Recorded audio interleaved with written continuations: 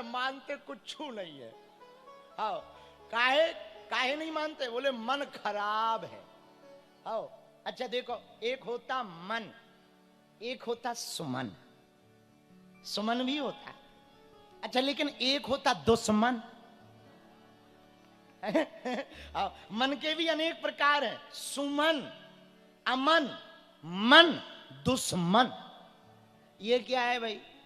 ये दुश्मन क्या है? जब अपने ही विपरीत अपना सब कुछ हो जाए सो सब दुश्मन, सब दुश्मन। और सुमन क्या है? सुंदर मन ही सुमन है। सुमन माने फूल होता है। पर्यायवाची पढ़ो। हम तो ज्यादा पढ़े लिखे नहीं हैं, आप लोग तो ज्यादा पढ़े लिखे हो, मुंबई वाले तो वैसे ही पढ़े लिखे हैं। अब मुंबई वालों को क्या समझाना, यहां तो सब समझे ही समझाए होते हैं। तो हम तो भाई पढ़े लिखे नहीं हैं, पर सुमन पर्यायवाची पुष्प को क्या कहते हैं? सुमन। इसका वर्णन हमें रामायण में मिला। आहा, राम जी गए मिथिला शादी करने को। दुनिया के पहले दूल्हा हैं राम जी, जिनकी बारात बाद में आई, दूल्हा पहले आ गया। हाँ, पहले दूल्हा हैं राम जी, बारात बाद में आई, दूल्हा पहले ही आ गया।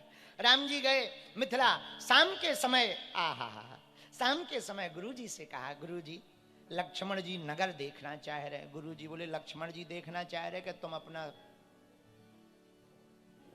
आप देखना चाह रहे या मुख दिखाना चाह रहे?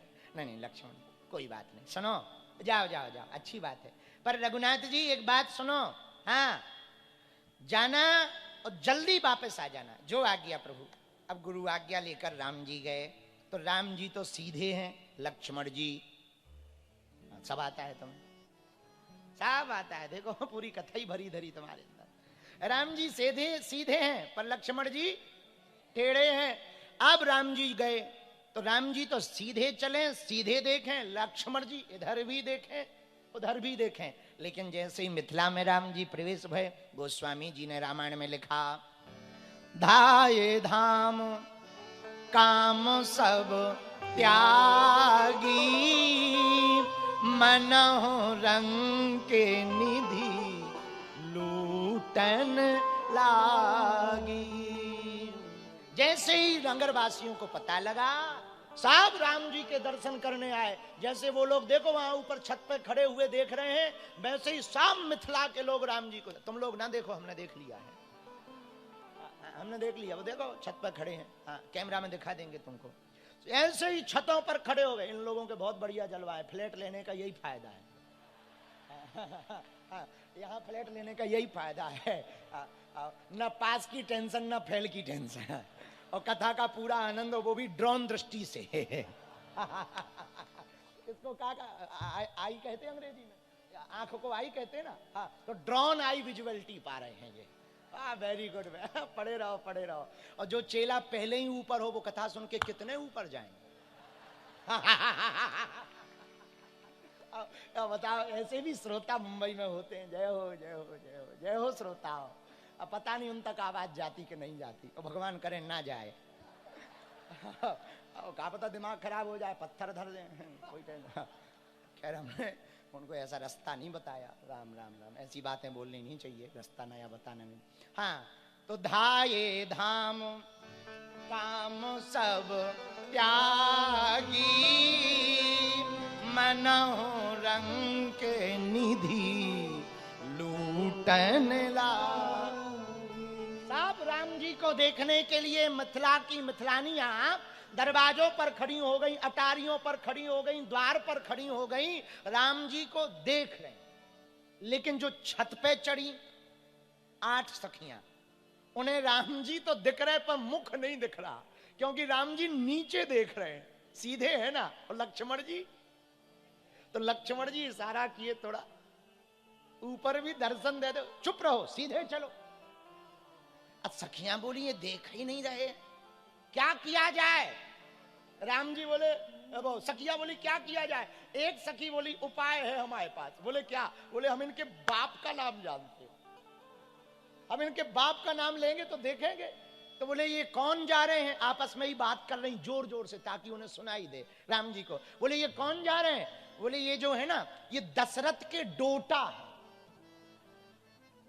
लक्ष्मण जी बोले पिताजी तक पहुंच गई।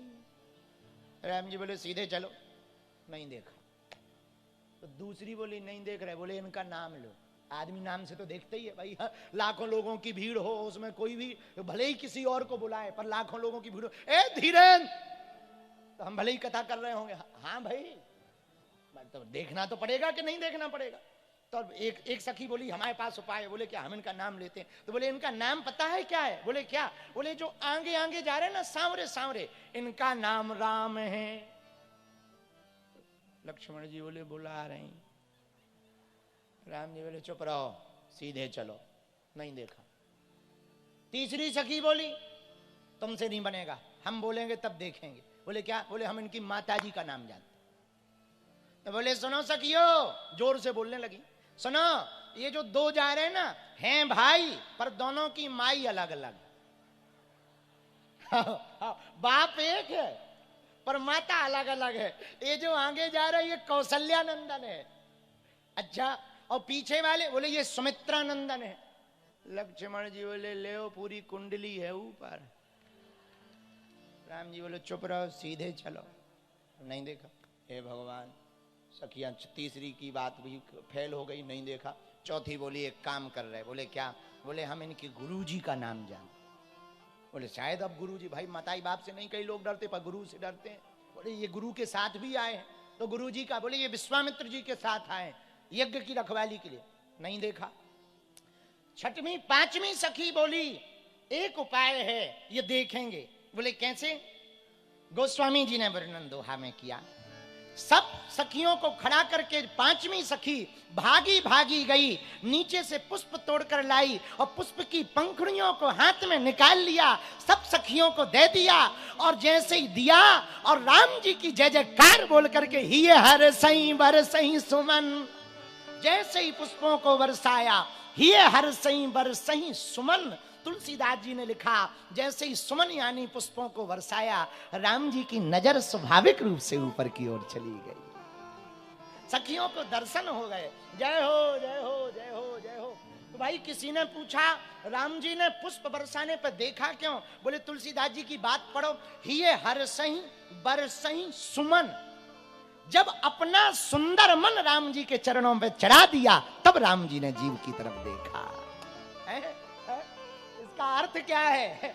तुम बाप का नाम लो, फूल चढ़ाओ, माला चढ़ाओ, और दूध चढ़ाओ, वस्त्र चढ़ाओ, द्रव्य चढ़ाओ, गज दान करो, अश्व दान करो, द्रव्य दान करो, भू दान करो, कन्या दान करो, रक्त दान करो, अंग दान करो, तब भगवान प्रसन्न नहीं होंगे। बोले भगवान कब प्रसन्न होंगे? बोले जब सुंदर मन दान कर दोगे, तब राम जी तुम पर प्रसन्न होंगे।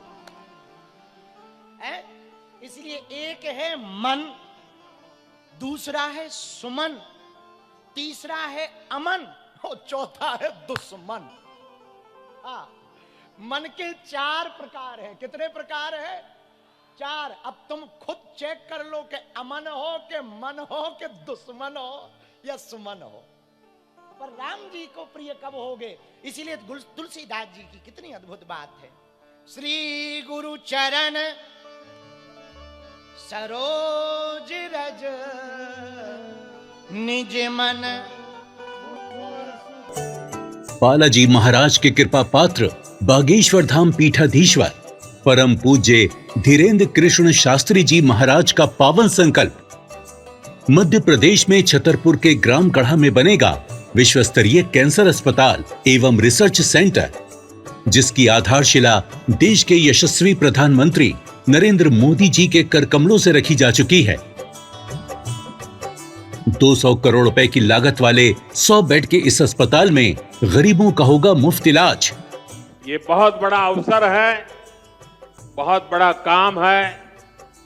संकल्प बड़ा हो, संतों के आशीर्वाद हो, प्रभु की कृपा हो, तो समय सीमा में सब पूर्ण होता है।